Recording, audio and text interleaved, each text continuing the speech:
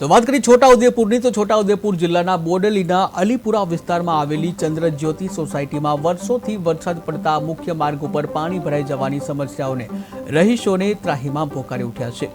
થોડો વરસાદ વરસતા જ રસ્તા ઉપર પાણી ભરાઈ જતા રહેવાસીઓ ભારે હાલાકી અનુભવી રહ્યા છે। ત્યારે પાણી ભરાવાથી જીવજંતુઓ અને સરીસૃપ પ્રાણીઓ ઘરમાં ઘૂસી આવતા અનેક બનાવો બને છે। આ સાથે જ મચ્છરજન્ય રોગ ફેલાવાની પણ ભીતિ સર્જાઈ છે।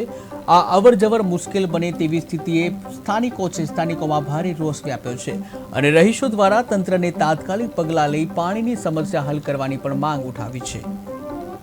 અમારી એ સમસ્યા છે, અમે ચંદ્રજ્યોતિ સોસાયટીમાં રહીએ છીએ અને કેટલા વર્ષોથી અહીં પાણી ભરાઈ જાય છે। થોડુંક બી વરસાદ થાય તો અહીં પાણી ભરાઈ જાય છે। અહીં કોઈ બીમાર થઈ જાય તો એમ્બ્યુલન્સ સુધા બી અંદર આવવામાં તકલીફ પડે છે। નાના બાળકોને સ્કૂલે જવા માટે તકલીફ પડે છે। કેવી રીતે જવાનું? આના પાણી ભરાઈ જાય અને કેટલી બધી બીમારીઓ બી ઉત્પન્ન થાય છે। મલેરિયા છે, ડેન્ગ્યુ છે, મચ્છરોનો બી એટલો બધો ત્રાસ છે। પાણી નીકળતું નથી। અહીં આ પાણીના લીધે ઘણી બધી તકલીફો અમને થાય છે। પાણીનો કઈ નિકાલ કરો। અહીં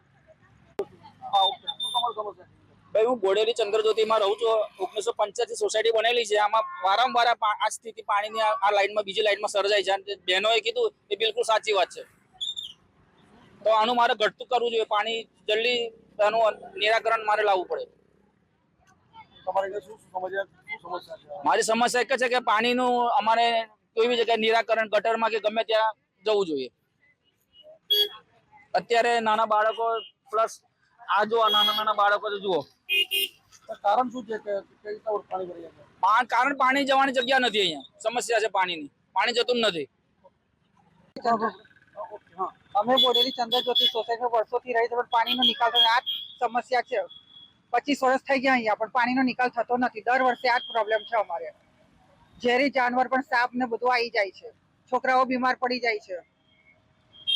અને 2 ઇંચ વરસાદ પડે એમાં તો પાણી ભરાઈ જાય છે।